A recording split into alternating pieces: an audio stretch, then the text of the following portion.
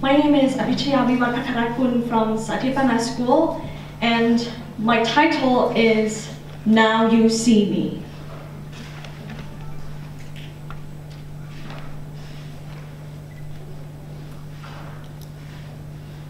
When life punches us in the face, and sometimes we cannot punch back, in a situation that nothing we can do, just only waiting the storm to pass.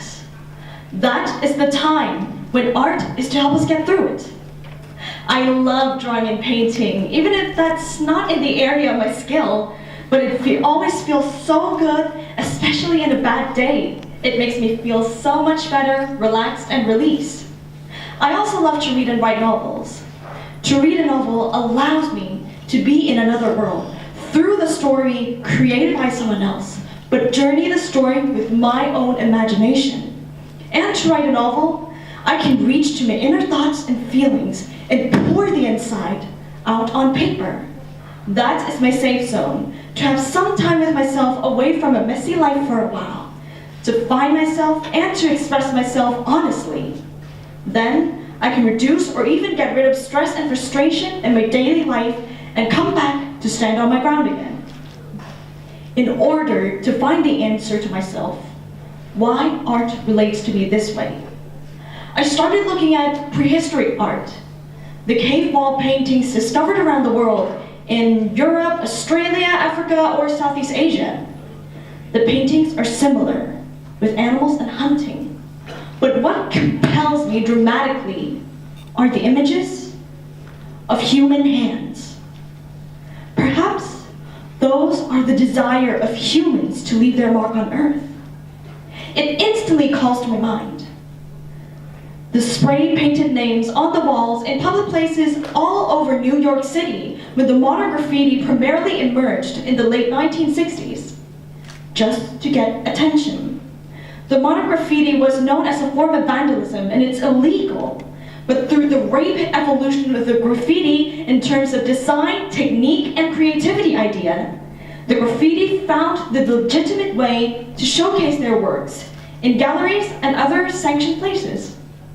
Now, in the 21st century, the graffiti is considered as a form of contemporary art, and it's arising everywhere across the world to express the artist's emotions, thoughts, and opinions through their unique, eye-catching, and heart-catching art. Graffiti art becomes more noticeable and more recognized. So, I believe that in everyone's heart, there's a desire for his or her existence to be recognized, like, this is where I am. That matters. This is who I am, that matters. Or this is what I feel, and that matters. Since the dawn of human beings, art is a practice of self-affirmation to provoke our self-esteem that we need in the middle of sorrow when we feel lost and worthless.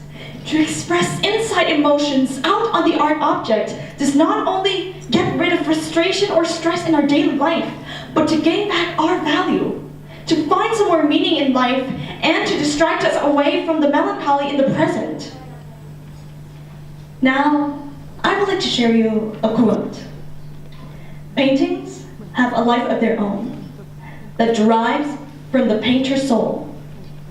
This is a quote from Vincent van Gogh. He painted his soul and became one of the greatest artists of all time. There's always a story behind every single piece of artwork. The desire of human beings to express themselves drives every artist to transform the emotions inside their hearts into the artwork to be seen or to be heard. Then viewers see or hear and interpret it in their very own ways based on their experiences and emotions that they feel themselves relate to the artwork and embrace it as their own. One story from an artist is able to be 100, 1,000, 10,000, or even 100,000 stories, depending on the number of viewers.